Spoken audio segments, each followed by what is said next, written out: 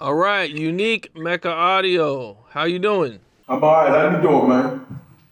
Man, I'm good. Grinding. Up early. You I'm know, always up early. I'll open up. I'll get up when the doors crack. Like in the prison. oh, okay, that's what it is. Get staying on it. Okay. Well, I thought we would kind of just start from the beginning, man. I know you did a few interviews, but for my subscribers, they might not know a lot about you. But so, can you kind of tell them, where you're from and how you got introduced to the drug game and everything? I was born in Kingston, Jamaica. I came up to America in 1972. When I was 7 and a half. January 15, I turned 8 in May 8th, 1972. And, we came up. First, we went to Jersey and, I went to Brooklyn, started, hanging out with my family members over there that I knew from Jamaica. And from there, I learned about the heroin game over in Brooklyn and then went over to the Bronx and learned about the weed game with the Rastafarians, my cousins and everybody. And, then went to jail, for some burglaries out in Jersey. Then I came out. Then I went up to, Washington Heights. That's where I used to fence a lot of stuff from the burglaries. So that's how I got introduced to the cocaine capital of New York.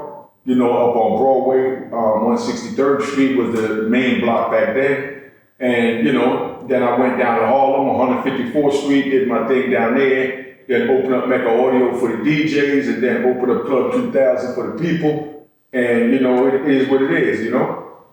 Okay, you mentioned Open Club 2000. Now, can you kind of tell people what that was about right there? Club 2000, I opened that up because when I went to Miami, I saw how lavish they was living with all the girls with the little bikinis and the Daisy Duke shorts, things that they wasn't wearing up here in New York. So when I went down there and I saw how they was living, they was playing a different type of music they called, Miami bass, the 808, the boom boom. So from going down there, experiencing that, I wanted my people to experience it. So instead of flying 1,000 people down, I just bought up 10, strippers a week from Miami and let New York see what strippers is like. And that's how I introduced strippers to, to New York and let them see what it was like, down bottom, the things that I witnessed. And who all did you have come to your club? Oh man, I had Jodeci, Mary J. Blige, Naughty by Nature, Tupac, Queen Latifah, Andre Harrell. I had everybody up in there. Whoever you could think of, Puffy was up in there. Everybody, Father MC, everybody came through there. Daz Effects, Brand Nubian, they performed. Big shout out to Brand Nubian, Sadat, Lord Jamal. Alamo, Grand Poobah. If you was hot back out, Nas, Fat Joe, Funk Master Flex, if you notice, those are all big names from now, you know what I mean? If you anybody, that's where you at, Club 2000. And now you got this club, you have all these up and coming rappers, some of them established rappers, big rappers coming through, man. What are some like good times or things that happened when you guys were doing these shows? Oh man, we had good times. My good times was like to fight with Onyx. We had to fight with Onyx up in there. We throwing chairs, they was throwing water on people when they was up there. Just performing their show. But we gangsters, we wasn't on all that. We ain't come there to get wet. So we had a little fight with Onyx. They represented. It is what it is. Tupac used to come up there. Let me see. We had the strippers after like 2 o'clock in the morning. I closed the door. The strippers came out on stage, and and these are girls that while the club was going on, they was wearing regular clothes like the little sequin dresses, the form-fitting dresses, and you would never know they were strippers. And these was young girls like 21, 22.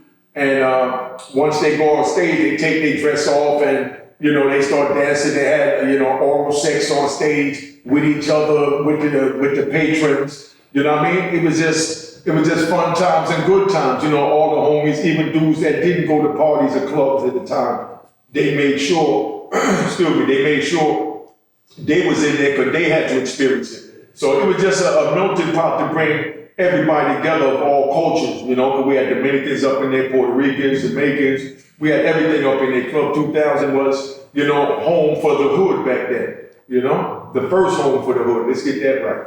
You mentioned Tupac. I seen somewhere that he contacted you about learning about playing a role in Above the Rim. Yeah, when they was doing Above the Rim, you know what I mean? That's when my little man, big shout out to Mo Grime, you know what I mean? That's when my little man, Mo Grime, was running with him. And he needed to learn how to play Birdie. So being I was a club owner, you know, street gangster, you know, he came to me to follow me around to see how to play the role, which I didn't have any problem with it because Tupac family. But, you know, he wanted to bring his entourage with him. And like I said, I'm on the street, I'm moving, shaking and baking. I don't even let my crew really see everything I do. They see what they need to see for me to get done what I need to get done that they involved with. But if I'm doing something over here with somebody else that don't involve this part of the crew, I'm not gonna bring them. So when Tupac wanted to come to follow me, he wanted to bring his homies with him. And I don't do the homies thing, because like I said, I don't even do my homies in my business. That's why none of my homies went to jail when I got my life plus 20, you know?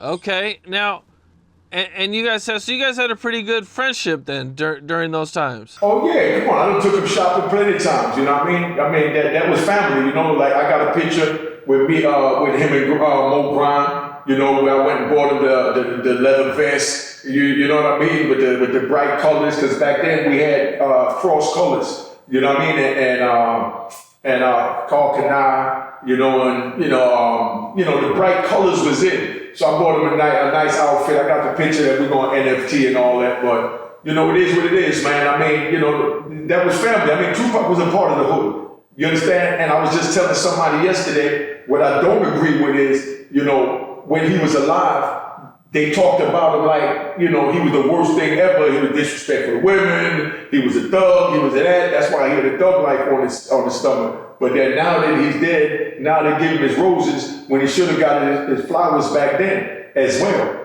You know, but when you're alive, people nitpick at you. You know what I mean? Like, just like you got a YouTube channel, your numbers blow up, you got 1 million subscribers, you're gonna get somebody to come at you. That's just what they do. You understand? But then when you dead, then they'll look back at all your videos and say that, you know, Cam was a genius, you know, but while he's alive, he's a scumbag. You know what I mean? That's just how America works, I notice, you know? Yeah, that's unfortunate, but that is how it is, man. Mm-hmm. Tupac was hanging out in New York a lot. You know, he made movies out there, and at one point he got shot at Quad Studios. Now, how did you feel when you found out he was shot? Oh man, that hurt because he was a friend. You know what I mean? I mean, you know, I didn't look at none of them dudes that I named, you know, as stars. You know what I mean? They was my friends if I dealt with them. You know what I mean? They was my family. So I mean, of course, it hurt when he got hit. And the thing is, you know, like when he caught the rape charge, that was the time when he wanted me to hang with him. When he wanted to hang with me to see how to play Birdie. You know, so you know all that. You know, it was just touching, man. It is what it is. But I mean, you on the street, so anything go in the sewer. You know what I mean? When you enter into the criminal life, that's the sewer. You know? Yeah, man. I hear you, man. Okay, well, you know, I'd like to kind of touch base on how you got into selling drugs and your kind of whole story behind that, man. You know, can you kind of take me through that? I was about, I was a kid. I was about 10, 11. My family members used to take me from Jersey to New York to go visit my other family members. And, you know, their children, you know what I mean, was like 17, 18, 19. You know, they was older than me, but they was already in the streets of Brooklyn hustling, selling heroin. So I used to go out with them, you know, because that's family members. So my family didn't know what they was doing. So when I go over there, they say, oh, go out with your cousin. And I go out with my cousin, but my cousin is going into a dope house and he's cutting up dope and selling dope. And, you know, just from watching, you know what I mean? I was a good student, you know what I mean? As we say in Jamaica, you know, I was a soldier. That's where my soldier days started, you know, where, you know, you just observe. You know, the key to life is to look, listen, and observe. You know what I mean? Not to, you know, listen to talk. You understand what I'm saying? Not to look to talk. You're supposed to look and listen to process, you know, and then you make your move. You know what I mean? Like before you decide where you want to go, you think, you know, okay, I want to go to the mall. The mall is, you know, is over to the left. So then you go to the left. You don't just say, I'm going to the mall and just start moving. And that's what a lot of people do today. And that's why they fail in anything they do, whether it's drugs, life, or whatever, because you have to process things before you move. You know what I mean? Yeah, I hear you, man. And so, you start off small and you get to like, where you're doing big things. What was that progression like? I mean, I was with people that was doing big things when I was a nobody. When I was just a soldier. Like these guys that I was with, they was buying BMWs and Volvos and Saabs and Crusadas and, you know what I mean? I'm talking about, this is back in like 78, 79. You know what I mean? So I've seen money being made, exchanged, grown, and things like that. I've seen people cut dope. I've seen them bag up weed, cut cocaine. You know what I mean? How to cop, how to weigh things, how to do things. So I'm learning all these things from when I was a kid, but I was a loyal soldier, so I never tried to go out on my own. But, by the time, I became strong enough physically and was out there, I already knew what to do. But I didn't rush to go out on my own. I tried to stay and continue to be a soldier. But the people that was in front of me, they wound up in jail or dead. You know what I mean? So when I went to jail and I came home, they was all gone. So now I'm left alone. But I got the teachings that I learned from them. So I applied that to the, dope game. I went over to Harlem to 154th Street and, took over a building in the back, did what I had to do back there, worked my way down to the front building, then walked my way down to 8th Avenue and, then went up to Washington Heights because everybody was going to Washington Heights. Like Jay-Z said in the song, you know what I mean? He went to the McDonald's on Broadway.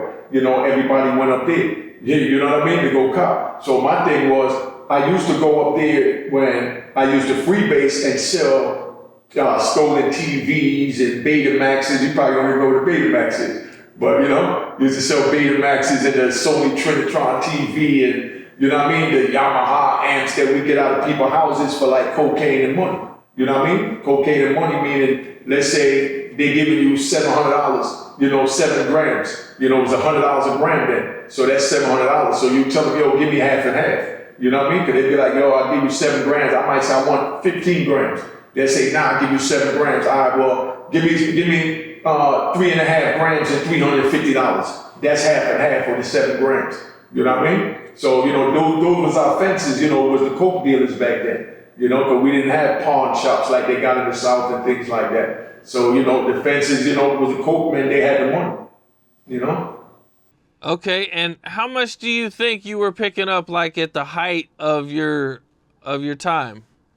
See, the level I was on, I didn't stop to count anything. I just did what I had to do and just got the money and used the money to put aside to make sure I had the drugs, So, like up in Washington Heights, I was moving like 25 keys a day up there. Then down on 8th Avenue, I might have been moving a little 10 or 15 because I didn't want people to see what I was doing down on 8th Avenue.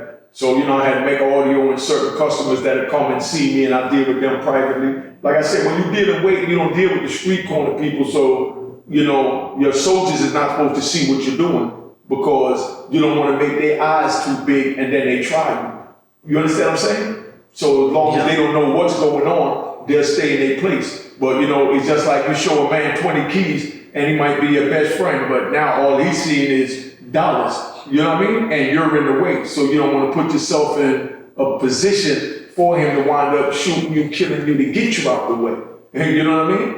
So we get into the heart of the mechanics of hustling. You never let your left hand know what your right hand is doing. That's an old saying, but that's how it was. So you don't have to let your soldiers know what you're doing. You don't let your plumber know what you're doing. If you're like right now, you interviewing me, I don't know what you're doing past this interview. And I don't need to know, because if anything happened, I don't want to be one of those that you think of that Unique knew that I was also doing this besides the YouTube. And now I done got caught, pulled over, investigated. So it's either Unique, Johnny that run with me, this one or that one. So I don't want to have those thoughts to fall out with somebody. So I kept everybody in their lane. If somebody worked in my weed spot, all he needed to know about was working in the weed spot. If somebody's bagging up the weed for the weed spot, all they need to know is that. They don't even need to know who's selling the weed or where the weed is going. Just bag the weed up. You understand? So if the police run up in the weed spot and catch them bagging up the weed or the dope or the coke or whatever, they can't say, oh, I was bagging it up to send it over there to Mecca Audio, or I was going to send it over here to 8th Avenue You understand what I'm saying? So you keep everybody out your business. Now, all of this, because as I speak and I run back, you know, the jewels of the game, you know, I don't want nobody to think like if I'm promoting it. You understand what I'm saying? Because that's why on my YouTube channel, Unique Mecca Audio, I tell them these stories, but I also let them know that it wasn't worth it because I sat in the cage for 26 years behind it. You know what I mean? So I done made millions of dollars to sit in the cage for 26 years. It's not a good trade-off when it's time to do that 26 years in prison. And I had life with no parole, so I'm not even supposed to be here right now. So that's why I tell the youth that it's not worth it. You know what I mean? But yeah, it was a lot of fun. You know what I mean? Before the Grim Reaper came in and I had to sit in front of the man with the black robe and, you know, jewelry of my peer. You know what I mean? Before that, it was a hell of a lot of fun. So that's why I tell the youth, nah, it ain't worth it because the end result is either death or prison or the wheelchair. I equate the wheelchair with death in prison because so many of my good soldiers and brothers and, you know, and kingpins wound up in wheelchairs during our era. You mentioned getting caught and doing 26 years. Mm-hmm. Can you kind of take me through what happened and how you ended up getting caught? You know, I was sending drugs up and down the East Coast, you know. I had different cars with stashes in it, you know what I mean? Like Oldsmobile 98, Acuras, Mazda minivans, custom-made vans, and I had stashes in it where I could put a little 20, 30 keys in it if I wanted, and I might, you know, I'll get a driver, and I tell them, hey, I'm gonna give you $500 for every key. You know what I mean? And I'm giving him 15 keys, so he making $7,500 to drive from here to DC to make a drop off. You understand what I'm saying? So one of the drivers got caught with 3 keys, and they gonna believe it. They got caught with 3 keys of 98% pure cocaine, and the state troopers never saw that purity in Maryland. So, you know, they reported it to the DEA and the FBI like, yo, this shit here the real deal. This black chick was driving it, and you know what I mean? So they couldn't even phantom, because normally, you know, you don't get cocaine that pure.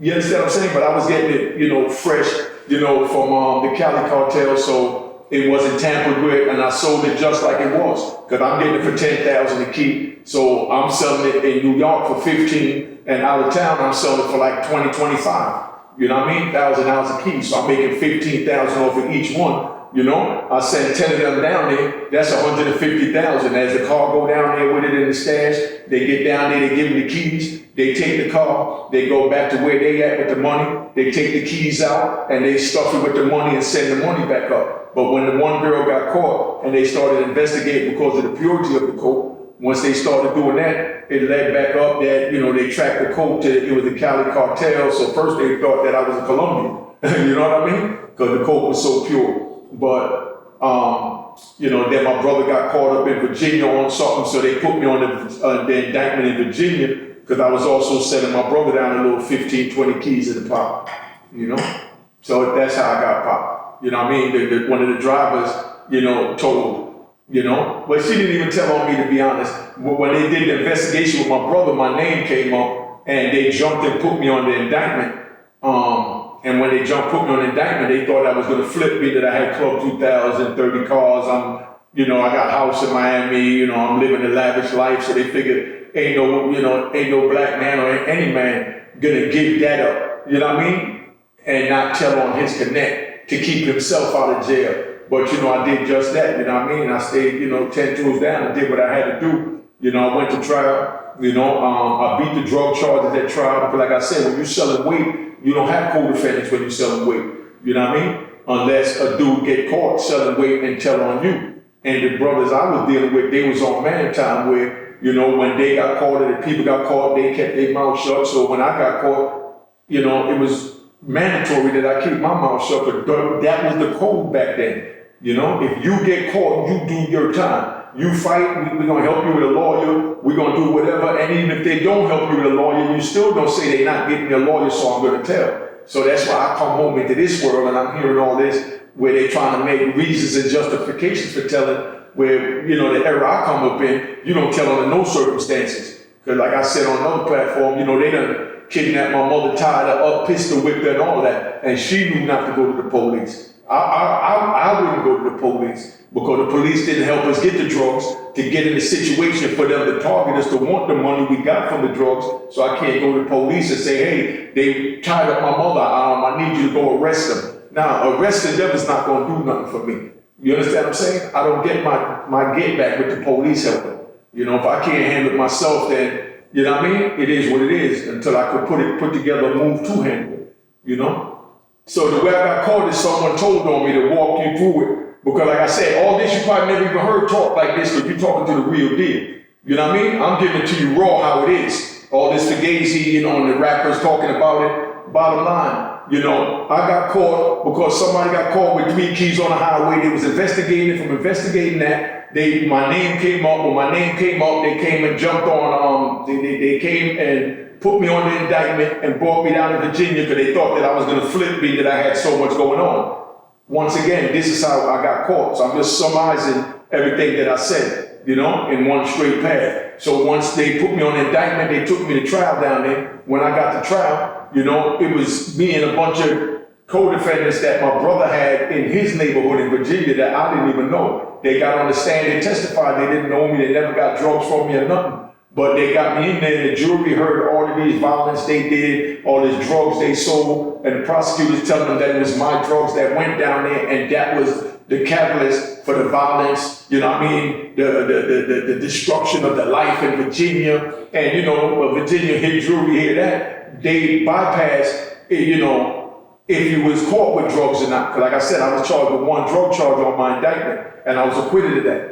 You know, so that's how I went down when I went down to the trial, you know, being that there was nobody to tell on me. You know, I didn't have any drug charges. The only person who could have told on me is my comrades I was selling the weight to in different states. And they didn't get caught. And when they did, the ones that did get caught, they shut up and did what they had to do. So you didn't actually get caught with any drugs? You only got caught because people told on you? That's what people told on me. I mean, I had cars, like I said, I never touched nothing. They got the kingpin law for people like me, but it was set up really for, you know, the dudes that's moving tons. Me moving a little 25 keys a day in Washington Heights and 15, you know, in Harlem, and maybe sending 20 out of state, little 80, 90 keys. That ain't nothing compared to the dudes that's bringing in tons. But that's what the law was set up for. So they manipulated it back then because this was the implementation of the continual criminal enterprise. That's what I went down for. The CCE, that's the kingpin charge, saying that I was the mastermind of everything. I was the king on the chessboard. So they know that a king has a knight, a rook, a bishop, you understand, and a bunch of pawns. So they know that the king is being protected, you know what I mean, by this force in the front. So they came up with the RICO law and the CCE, continual criminal enterprise, which they equivalent, but one is for drugs and one is for anything that carries a year or more. I know the law, so that's why I'm breaking it down, but I'm saying it slow enough that your viewers listening back there comprehend what I'm saying. But I had somebody I caught with 3 keys, another person got caught with 15 keys, but they never told on me. But when they got caught, you know what I mean, when I went to trial, you know, they brought in all these drugs and they linked that, you know, the cars was my car that was being sent down. And, you know, that's how they put all that together. But I didn't get charged for none of that, for the 3 keys in the car. I didn't get charged for the 15 keys that was caught. I didn't get caught for none of that. But that's how they got away with it, because they charged me with a continual criminal enterprise. So that's why I want the youth to understand they got laws to catch you even when you isolate yourself and insulate yourself behind the force field of your soldiers and your workers. Okay, you had mentioned your mom was kidnapped. Yeah. Oh, that's crazy, man. Can you tell me what happened with that? Yeah, I mean, you know, nigga getting that bag, they got the money. I had the money down there in Miami. Somebody ran up in there and they tried to get the money. That's what happened. That's a part of the game. You can't get mad at it. I mean, you know, as I talk and I even look at your face as I'm talking, I can see that all this is new to you, so I already know what it's going to do to your users. You hearing it raw from a real gangster, ex-gangster. You know what I mean? Anything happen is everything go. My brother got shot 2 times in the head. You understand what I'm saying? And, you know, they came to ask me to help them investigate the murder when I was in 88 Supermax. I told them, get out of here. I ain't got no help for you. You know what I mean? Bottom line is, you don't work with the police when you're on the street. You know what I mean? You don't work with the police when you're on the street. All that YouTube talk about if this happened and that happened, there is no ifs, ands, or buts. You know what I mean? We on the street, we done came off the porch, we out here, we in the criminal world. This is our team. Everybody in the street is our team. You know what I mean? Whether they're even a raper, even though y'all ain't gonna want to hear it. You know what I mean? If somebody rapes somebody, you don't go to the police. If you got an issue with them raping them, you go deal with that person. But you don't go to the police to deal with that person. Whatever happened in the street, we deal with it, and that's why we got wolves. You know what I mean? That, you know, I label as boogeymen. You got wolves that if something happened, if a little girl get raped, the father will go to the wolf in the neighborhood and say, yo, my daughter got raped by such and such. But he's not gonna go to the police and say my daughter got raped by such and such. He's gonna go to the wolves that's the protector of the neighborhood. And then that wolf is gonna deal with it because the wolf keeps the neighborhood clean. So you need the wolves to give you a good example of that. And like I said, I'm not gonna go, you know, back and forth because if your listeners don't understand, all they gotta do is slow it down and rewind it to catch up to it so they understand where my mentality is at. We had Saddam Hussein, you know what I mean? That was in Iraq. Saddam Hussein was a known tyrant. Remember, he gassed the parades and all of that. You already know. He ran over there with an iron fist. America didn't like the way he was doing it. They said he's bombing the civilians, he's doing this, he's doing that. So America sent, you know, the troops over there, George Bush, to go get Saddam Hussein. They extract Saddam Hussein from there, and he was the wolf. You know what I mean? But he had to rule with that iron fist in the manner that he did, whether we liked it or not, because he's dealing with other wolves around him. So they take Saddam out, and then now you got ISIS pop up. You understand what I'm saying? And all these other groups pop up that Saddam Hussein kept in check. You understand what I'm saying? So the wolves kept us in check. You understand? Yeah, I hear you. I know it's fascinating. I see it in your face. Your viewers can't see it, but it's just something new you hear, and it's no disrespect. That's like I'm hearing about the YouTube and how that going. I'm fascinated because I never heard about it in the manner that y'all doing it. That big congratulations to you. You almost hit 1 million subscribers. So I mean, but that's your lane. You understand? So when you talk, I'm going to listen. This is my lane. When I talk, I expect your viewers to listen because I'm not going to go through this twice and I don't speak nothing that's not facts. You know what I mean? Right. I kind of want to take it back because I want to get a little bit more of this story, man. You know, how did you find out that your mom was kidnapped?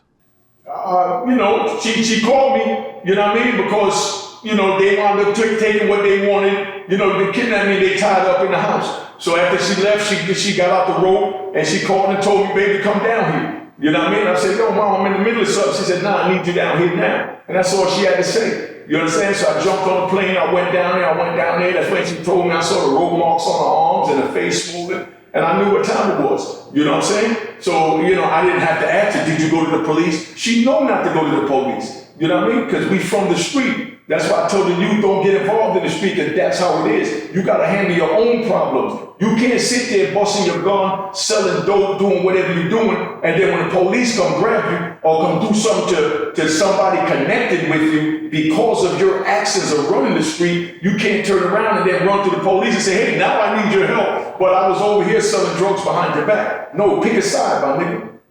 You know, you're going to run the streets and sell drugs, do whatever you're doing, or you're going to sit here and be a civilian, like I'm telling you to do, go to school, get a job, do what you need to do, so that you can pay your taxes, and if you pay your taxes, then you pay the police to protect you. If you're selling drugs, you're not paying taxes on that, so don't run to the police when you get caught. So pick a side, and that's the problem. You got people nowadays that want to do a legal job, and they want to do a legal job, and then when they do a legal job of breaking the law, they get caught. Now they want to go tell, no, what side are you on, my nigga? You know what I mean? You're a worker, you're a legal citizen, working, or you're a criminal.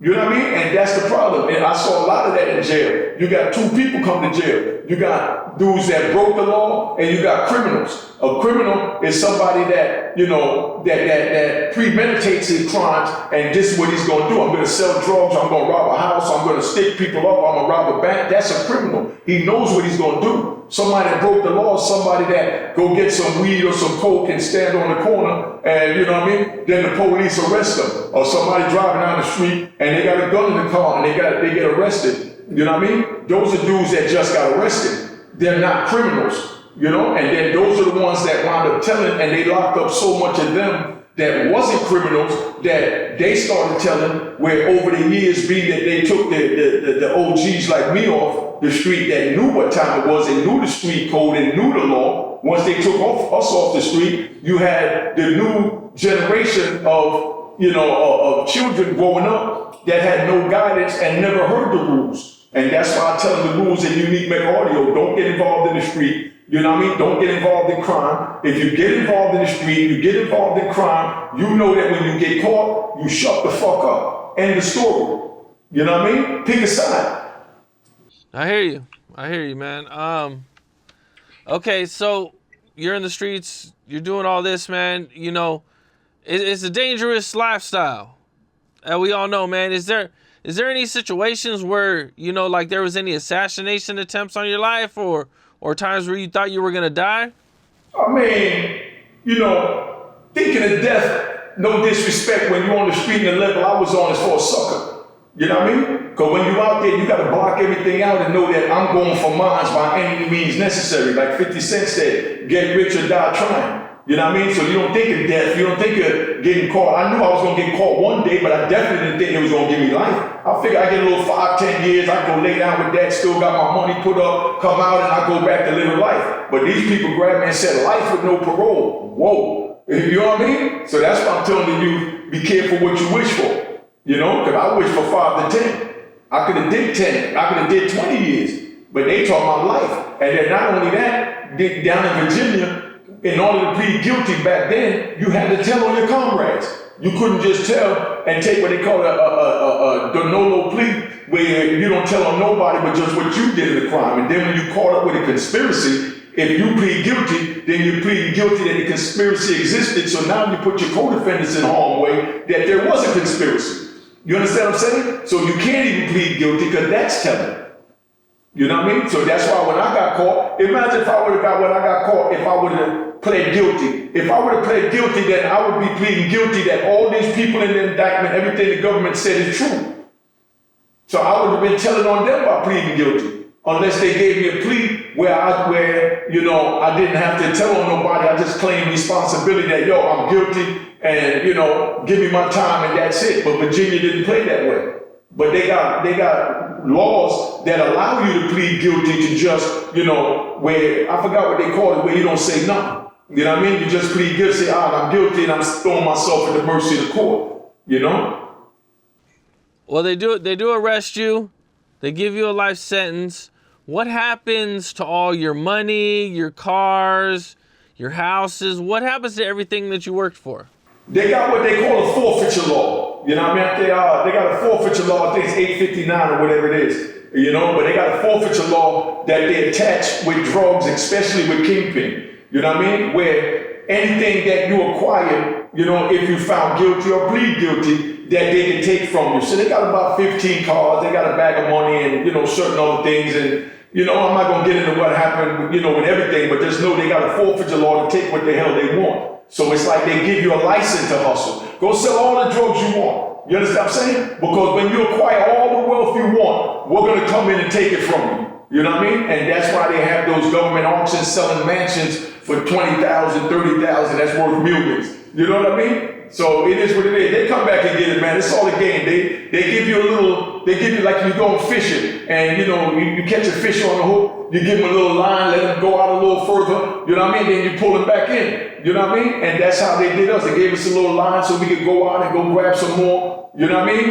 And then they pull us back in and then they put the rope around us and they take everything that we acquired. That's how the feds work. That's why I tell the youth it's not worth it. I'm not going to sit up here and brag and say, they didn't take nothing from me, I was left with everything. Nah, they come in and they rape you. You know what I mean? You don't want to be raped by the feds because then you left with nothing. And so the good thing is that I got my mind and, I had a couple of things that kept me afloat and that's how I'm able to survive now. But they took a hell of a lot from me. Definitely not going to sit here and act like they ain't take nothing from me. Because like I said, I don't do no wearing. I've seen you talk about the laws a little bit and how messed up black dudes would be treated compared to like white dudes, and how like a white dude would get caught with like a little bit of crack or a lot of crack and get probation, and a black dude would get like 5-10 years. Can you kind of talk about that a little bit? Yeah, nah, okay, like I was in Virginia, you know what I mean? So I'm in Virginia Beach, we talking about 87, 88, 89. So this is a white town, Virginia Beach. They had a lot of blacks down there, but they like Norfolk, Chesapeake, Portsmouth, but in like Virginia Beach, Suffolk, you got the white guys down there that deal with the white guys. So you got certain white guys who come by from us black guys in Norfolk or even in Virginia Beach, but they gonna cop from us and then they sell it to their peers. When they get caught selling it to their peers, they go to state court. When we get caught selling anything, even a 50 block, because that's what they used to sell down there, 50 blocks, even a 50 block, you go straight to the federal court, and that 50 block could get you between 5 years and life, 10 to life. But a white dude get caught with 5 keys of powder, you know what I mean? And don't get no time. He go right to federal court. I've seen white guys get caught with crack and go to state court. I've never seen a black person get caught with crack and didn't go to federal court. Because that's where they give the time out. And they had the 100 to 1 to explain that to you, because that might be where you was going. You get caught with 1 gram of crack, right? 1 gram is this much of crack. You got to get caught with 100 grams of powder to get the same amount of time. Now, the black people was the ones selling crack and using crack and handling crack. So they made the law to lock us up. So if we get caught with this much, we get life. You know what I mean? They get caught with this much, you know what I mean? And they still only get, you know what I mean, X amount of years. So in order to get equal time, they doing something now that they trying to vote on it after 30 years to make crack equivalent with powder. You know what I mean? Because, you know, you get caught, it take, anything over a key is automatic life in the feds of crack. You know what I mean? But then you gotta have like 15 keys. You understand? In order to be looking at life of powder dealing with the feds. But they know white people deal with powder and they go cook it up. Black people buy it already cooked up in crack vials and go smoke it. So when they catch them, so that's what messed up the prison system, that they kept bringing in a lot of smokers from all over the country, that they was giving these federal charges and put them amongst men like me and, you know, Peter Shue and, you know, Kevin Childs and, you know, Homicide Lou Sims. So you putting these peons, you know what I mean, these users, not to even say peons, I don't want to think nobody think I'm being disrespectful. You're putting the users amongst the kingpins and telling us all to live together in this bubble. You know what I mean? And of course the users is gonna do things that a user do, which is crackhead shit. You understand what I'm saying? Breaking in lockers, you know what I mean? Shit like that, you know? Stealing sneakers if you leave it on the rail, the dryer in the front of the building. And then now, us old timers, us gangsters, we gotta go defend them because they're from our town. So we got a dude from New York go steal something from somebody from California. California gonna come to us in the prison and say, yo, your homie stole something from us, we get ready to punish him. So either you handle it or we gonna handle it. And we're not gonna let nobody else put their hands on one of our homies, because now we look weak. You know what I mean? So now we gotta go deal with this dude that I'm calling a homie, only because the geographical location was from New York. You understand what I'm saying? Yeah, well, you were talking about jail a little bit, man. You know, what was it like doing your time in jail? You know, like I said, I got my prison stories over at Unique Mecca Audio. I mean, it was hell. You know what I mean? I mean, you go to the shower and you gotta have a knife on you, and you know your homeboy gotta be standing outside the shower with his knife.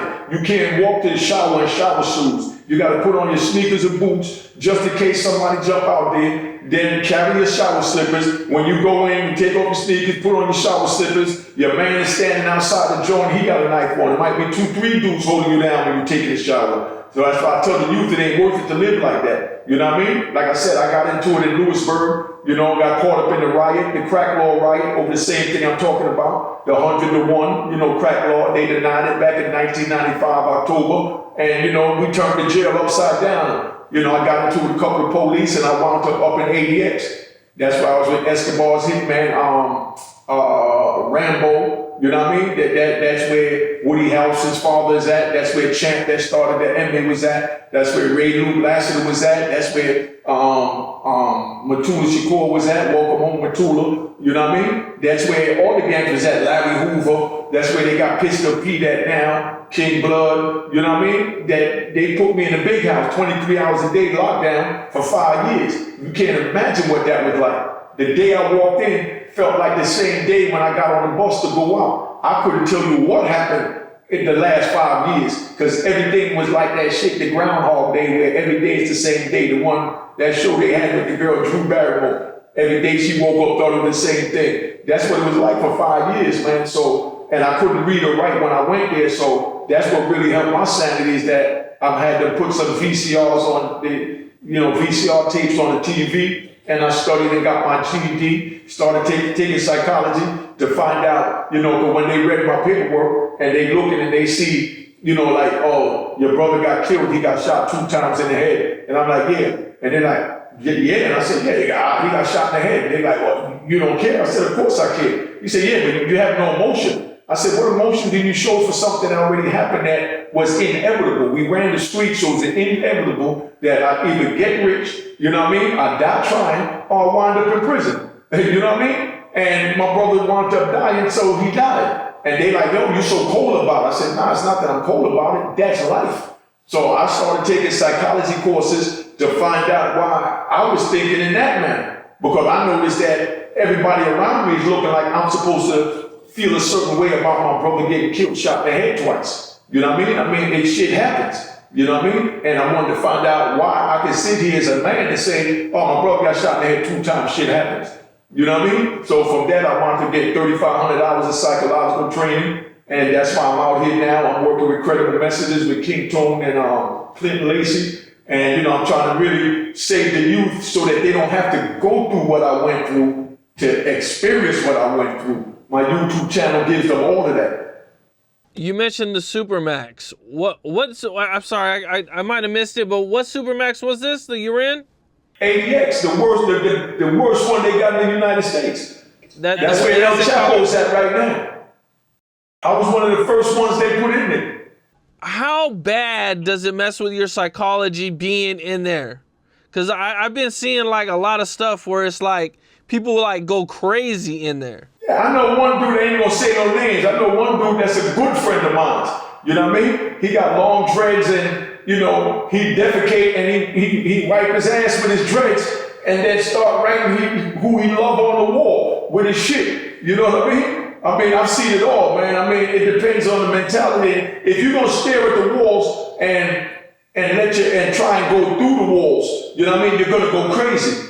You know what I mean? You gotta think around the wall. You understand what I'm saying? You can't go through this wall because this wall is here for 5 years. So you can't say, I gotta get out. You know what I mean? Because, you gotta escape mentally. You know what I mean? You gotta, have your good thoughts, your bad thoughts, your memories. You know what I mean? I did a lot of reading. I learned to write, so I started doing a lot of writing. That's when I wrote my book. You know what I mean? That's when I wrote my book of Roar In Harlem that tell everything that you ask.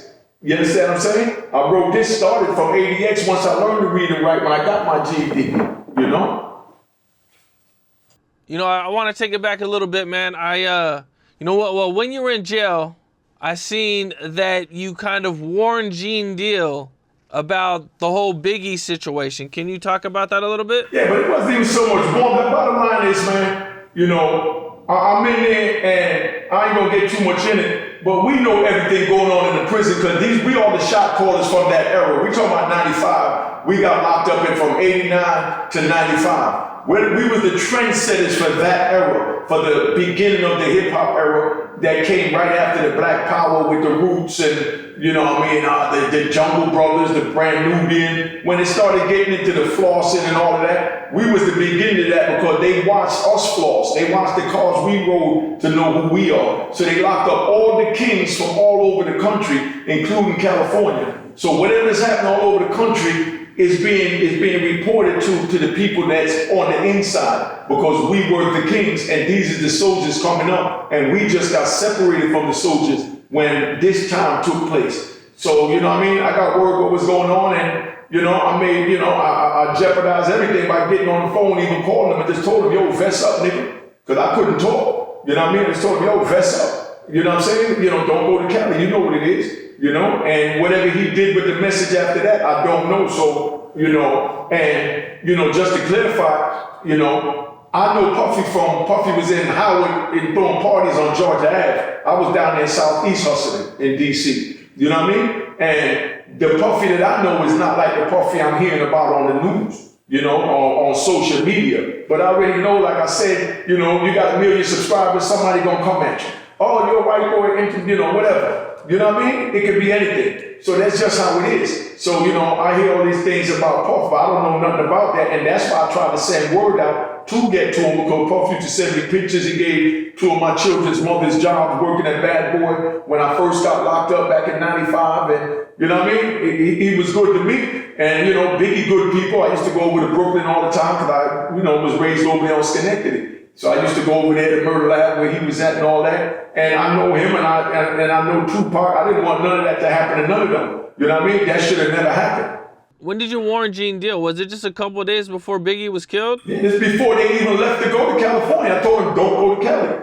You know what I mean? Told him, don't go to Cali, nigga. You know what I mean? Vest up. He knew what that meant. That street talk. You know what I mean? Like a lot of people say this and that about Gene Deal. Like, you know, why he wasn't from the street. Gene Deal was deep on the street. He was a parole officer, but he handled us on the street, and, you know, the way he handled it, he actually tried to help the brothers. You understand what I'm saying? He wasn't trying to lock you up when you're on parole. He tried to keep you out there. You had knuckleheads that force a man hand, you know, and he got to get what, you know, what he deserved. At the end of the day, he's still working for the people. You know what I mean? But he never took information that we did and went back. He got a whole lot of information that I did and other people did that he could have got locked up. You know what I mean? But I reached out to him because I know that, you know, he was one of us and he knew how to move. You know, because like I said, at the beginning of this interview, you know, you don't let your left hand know what your right hand is doing. You understand what I'm saying? So, you know, all that fall into place. But yeah, I gave him the warning. I mean, I don't want to get into it more than that. But I'm just saying, I don't want nobody to think about me, you know, letting that be known that, you know, I agree with everything that he's saying with Puffy, because that's not the Puffy I know.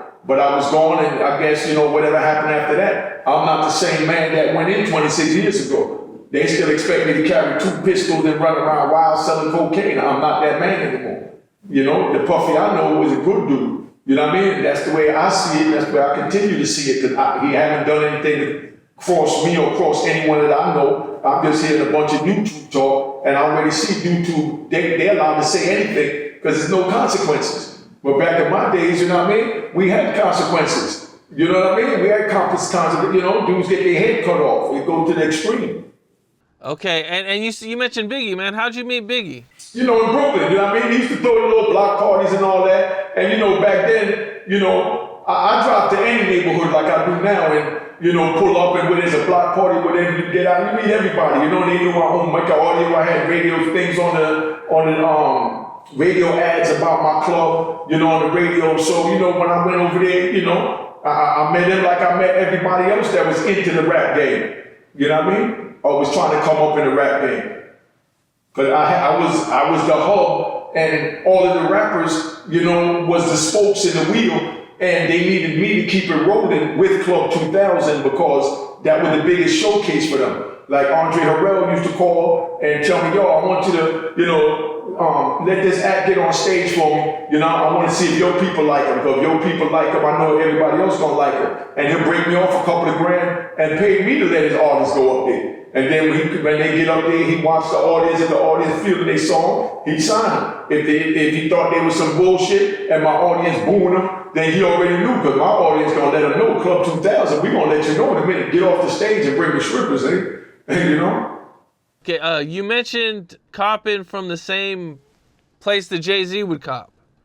And then he mentioned that in the New York song. Yeah, I mean, because it was a famous block, 145th Street. It was really 144th Street, you know what I mean, to correct Jay-Z, but they used to be in the McDonald's. You know, we'll go wait in the McDonald's on 145th Street, but we'll go cop from 144th Street, and when they go cook it up, they'll tell us go wait in the McDonald's or wait in the KP Kong, that was the sneaker store, or go wait in the restaurant, you know what I mean? So being that, you know, I guess he was coming from Brooklyn, they say go wait in the McDonald's. That's why he mentioned McDonald's. But the Coke block was 144th Street. It wasn't 145th Street. That's where you go and you go buy, you know, your already cooked up grams. You get anything from a gram, you know what I mean, to a key out there. But it normally be stretched, but you know what I mean? You know? Okay, is that kind of, you know, crazy for you to hear Jay-Z rapping about that years later? Yeah, I mean, I liked it because at least now they talk about my home. You know what I mean? Because it's like the music game, you know, we all know it started in the Bronx. You know what I mean? My man DJ Hollywood, big shout out to Hollywood. He'll tell you that it started in Harlem and he got his own way, his own reasoning for that, and that's my elder. So I listen to him when he talks. See, I listen to my elders because I was raised as a soldier. You understand what I'm saying? But when Jay-Z mentioned it, yeah, it felt good to hear him talking about Washington Heights, because ain't nobody ever talked about Washington Heights. You know? Yeah, for sure, man. Okay, I seen Naughty by Nature that you guys kind of started the hip hop parade. Yeah, all that started in Club 2000, man. I started all that in Club 2000, and you know what I mean? You know, I went to Bismarck, asked them to help me with the record, you know what I mean? To help me put the record out, because I'm deep in the dope game, and you know, my cousin was into the music. He came up from Miami. Big shout out to CP and Cox, you know what I mean? Rap Records was the name of their label. But, you know, they come up and we doing the music, so they put the thing together for us, and I went to Bismarck to help me get the song out. You know, up here on the East Coast, being that he was already connected. He took me over there to Jersey to one of his DJ's house, and you know, we did the beat. It needed a couple of more records. We went back to Pete Rock House. When we go to Pete Rock House, you know, it was a flood down in the basement. Biz must have got what he wanted. I went back home, and a couple of weeks later, I see, you know, on what they called the box back then, you know, I see, you know, Tretch and them up there doing hip hop parade. You know what I mean? And I'm like, oh shit, you know, and that's where it all came from. Of course, that started, you know, all types of riff, but I'm not even gonna get into because, like I said, in the other joint, I spoke to Tretch, and me and him talked since I came home, and you know what I mean? And what I know of him, you know, he's a man. He knows my sister, my family members, and everything, so I would never badmouth him. I'm just speaking facts, you know what I mean? Hidden facts that everybody kept under the rug, because I was under the rock. And you know what I mean? Locked up for 26 years. So that's why all this is new content, and this is factual content. I got the actual SP 1200 disc that I made it on, you know, from back in like 89, 90. The record, he didn't put it out in 92. I got videotape with me doing it in the parks, you know what I mean? At block parties from 89, 90, you know what I mean? 91 before he put it out. I got audio tape with us in the club in Mecca Audio, you know, doing it with the DJ, doing it, all this before it even came out. So I got everything to prove it. Once you create something, it's copywritten. But then they want you to go to the Library of Congress. But you have to show that you wrote it before the person went to the Library of Congress, which I could do that, but I'm not trying to, you know, go through that with Tretch, but Tretch on man time. I had a conversation with him when I came home, and you know what I mean?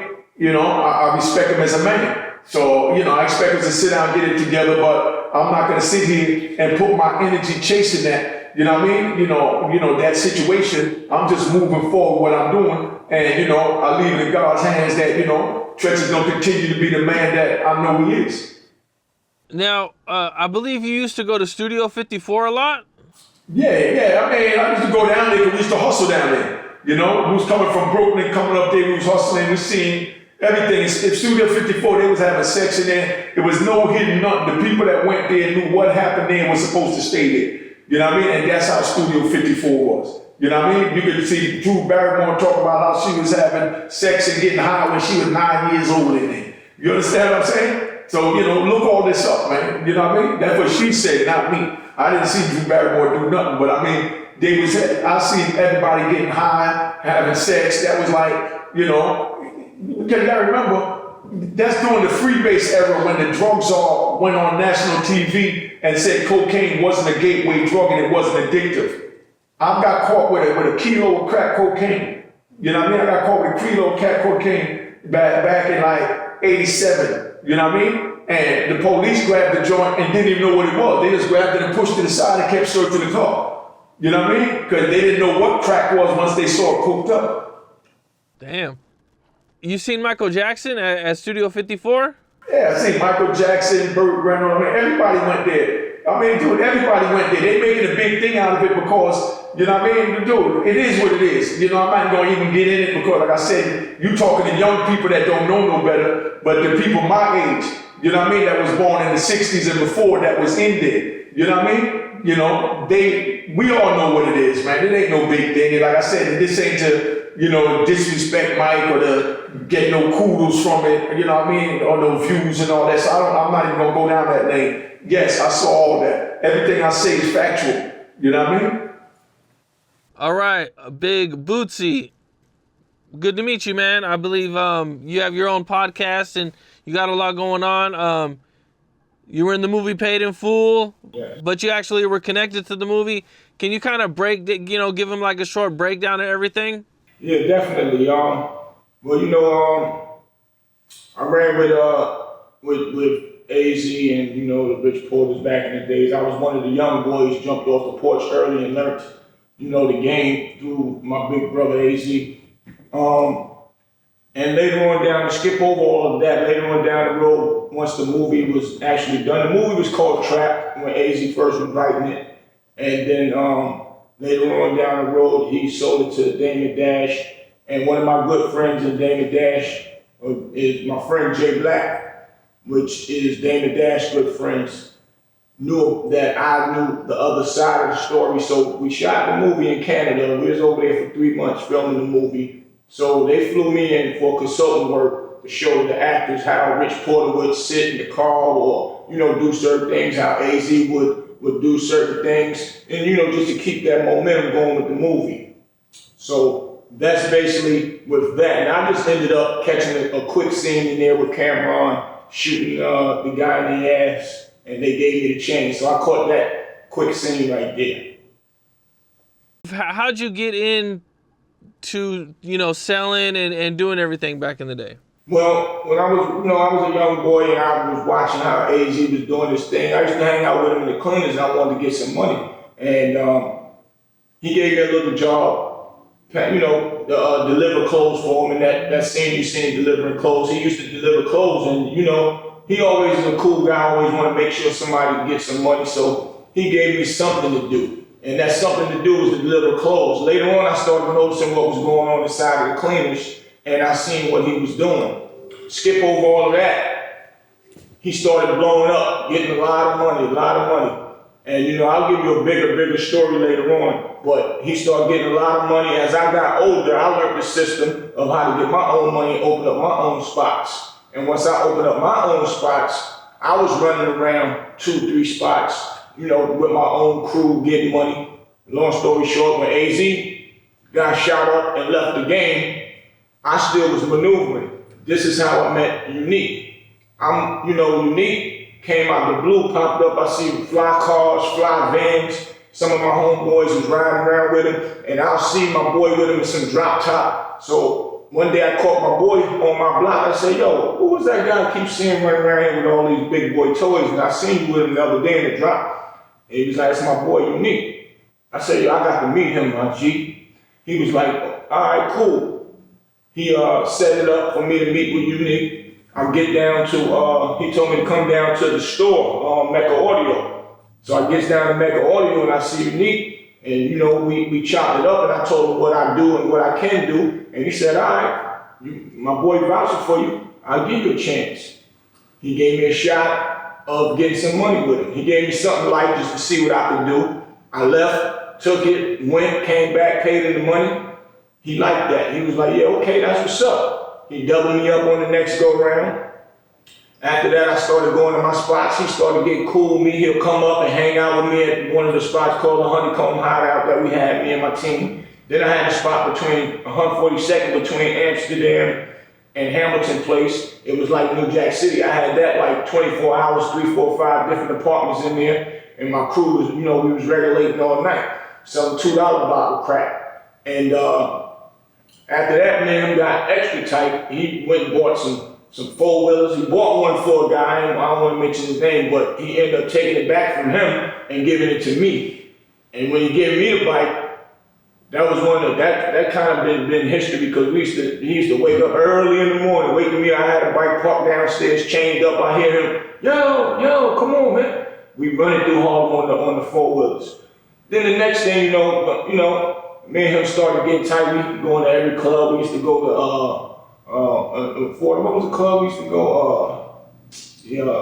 But Disco Fever and the Dogs? Not the Fever. Savoy Man. You know, we started doing all that. Then he was hanging out with Leanne from SWV. She ended up turning into like a sister for me, you know, with me, because he'll wake me up early in the morning, come get me, we'll go ride to the Bronx and pick her up. And this was before she became SWV. And then, you know, we riding around with her, and, you know, she used to love him. She spoke about him actually on the Arsenio Hall show. She said how much, you know, shout out to Unique Mecca Audio and all that. But, yeah, that was, you know. I think that was at ADX then. Yeah, he was locked up there. Yeah, I seen her shout you out, I was like, wow, she gave bro a shout out. So big up to Leanne, man. Big up to Leanne. Big up all the time, family. Yes, that was family. So, you know, back then, when it came to them streets, if it wasn't for him, I probably wouldn't have stayed maintaining the way I want to, because back then you had to have a real plug. Just trying to go back and buy your own stuff, go to Broadway, that block he spoke about on 44th, my homies used to be over there. One of my homies, his name is Gordo. He actually works with Jay-Z now. That's Juan's cousin. That's my homeboy, a great friend of mine, Gordo. And, you know, he used to look out for me here and there. That was like a little bro to me. But back then, once I met him, it was sky's the limit. I didn't need nobody else. I didn't have to do nothing. My big brother had it from there. And we ended up being like tight like we are now. And now our new thing now is we pushing the kids away from that street life. We lived that life, we did it. Luckily I survived it because I learned from his mistakes, my big brother AZ mistakes, Gangsta Lou mistakes. Those are my big brothers. So I basically say I had mentors. I did what they did, but I left the game alone and I started doing music, started rapping. And I met Cameron on the set of the Paid in Full, and as he always said, man, whatever you need me to do. And Cameron, big shouts out to Cameron. You know, we got tight. He did a lot of things for me as well. Looked out. He used to come and do parties. Just tell me to set the party up, come on down there, and he actually was the man of his word of what he did. So, you know, right now what we doing is tag teaming with these podcasts, as you see. You got Unique Mecca Audio podcast. I got mine, Street Knowledge podcast. And the kids can go up there and check it out. We're only giving positive information. We're not disrespecting nobody up there. We're not talking about nothing that, you know, to tear down other people like other podcasts do. And not only that, we're gonna tell our stories. And the only reason why we're telling the stories is not for bragging. It's letting the people know we really was there. So the youth will look and understand that, oh, they was there, because they're gonna believe somebody that really was there before somebody just tell them stop doing something. That's just how it goes. We ain't gonna save all the kids. But if we get 1 out of 20, we doing good, man. And I gotta say, if we get one, that one might be the one that shoot that bullet, that stray, that might hit me, him, our children, our grandmother, whoever. So we gotta start with one, man. Facts. You know what I mean? That one might be the one that saved our life, man. Facts. You know? And then that one that we saved can go out and take the seed that we planted and go out and really tell them, yo, them cats was right, dog. I learned how to do this. I exercised going to do this. And then they'll learn that they got another skill than they, you know, instead of being in the streets. They might go to the army when you can shoot guns for real and get free murders if that's what you know what I mean. Yeah. You know what I'm saying? So that's what we teaching out here right now. Cause it's rough, man. My brother was gone, man. I hate talking to my brother in that cage, man. And I knew I couldn't get him. He didn't know if he was coming home. But one thing I can say, that man worked his way out of jail. So if that can happen, anything can happen out here for all the other cats that's locked up in that jail, man. For real. And we can teach the cats, these young boys out here not to want to go there, man. Because it's rough. I was in there. I was facing 60 years. I took mine to trial. I got 5. I did my little time, came home, and I moved different. I got back out in the streets a little bit, but then I ended up saying, that ain't for me. I started doing parties. After I started doing the parties and promoting, I actually opened up 3 clubs down in Durham, North Carolina. And that led to me getting into the movies Paid in Full, me getting artists, and the rest was history. See, when AZ did his thing, I was locked up in the state jail. You know what I mean? That was 85. I was locked up from 85 to end of 87, October 87. And that was the run they had with the jukebox and things like that. So I brought him because he could fill you in on that. Because I don't speak on what I don't know. You know what I mean? I speak on what I know, you know? So that's why I brought my brother here. Do you have any stories you could share about those times with AZ? Well, it was times, as I was telling you about the cleaning situation. So he used to tell me, nah, you're not old enough to do none of that. So, I used to watch, cats coming in, he'll exchange some stuff. It used to be $20 a bottle, he'll take it. If you got $10, they'll tell you come with a dollar bill. He'll put half of it in there, hold it, and sell it for $10. He'll wrap it up, and he'll sell that for $10 and have the other half just in case somebody else want it when they come. So I used to watch all that stuff. And as I'm seeing that, I'm seeing money exchanging. I grew up, my mother was working at a bank called Desiree. She actually sold money to other countries. So me learning that type of stuff I wanted to get some money. I wanted to do it quick. But back then, your parents, they get good money, but it was three of us. So, we had to wait to get things. Clothes, we'll get it, but we had to wait. I didn't want to wait. I seen another way out. So as we got older, I was in junior high school one time, and a little homie had some stealing coke from his brother. And he gave me some, and I gave some to AZ one time. And he put it on his hand. He laughed like, what's that? And he laughed at me. I was in junior high school. He poured it on his hand, and he licked it. He was like, man, that shit's pretty good stuff. He was like, but that ain't enough, man. That ain't nothing. So I'm trying to go back and find out about getting some more. But the little homie got caught by his brother and got his ass whooped. So I didn't get a chance to get into it yet, but as I got a little older in high school, AZ moved down the hill from selling on the block. I was getting about $60,000 a day out of my building. But I don't know why, but for some reason he moved the operation down the hill and opened up a spot called the Jukebox. So I eventually worked my way down there, and he let me work in there in the game, just doing the games, the video games, making sure people got quarters and stuff like that. So, I worked my way in there, and he looked down and gave me that position.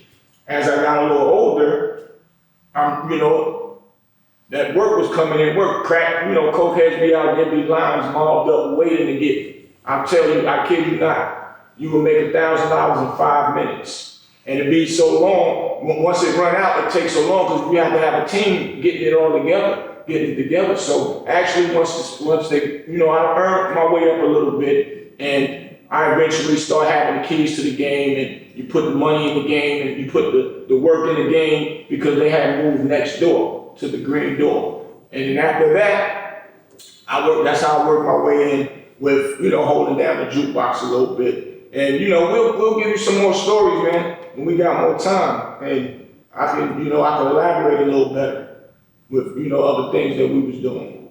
I appreciate you guys, man. I appreciate you, man. Like I said, I felt real comfortable, man. I like the way, and your cameraman is excellent. You got a good one. I don't get along with a lot of people, just so you understand that. I check a nigga if I don't like him. But the cameraman is good people, and I respect, I respect how you doing this. Yeah, he is, man. He always does a good job, man. He takes good care of me, man. Definitely, man. Well, like I said, man, I appreciate you guys, man.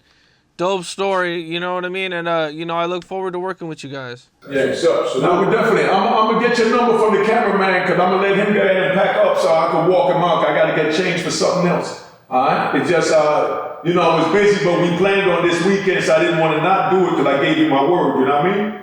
So I pushed back what I'm supposed to do to a little later. But, we here and we got this. You know what I mean? Sounds good, man. That's what's up. All right.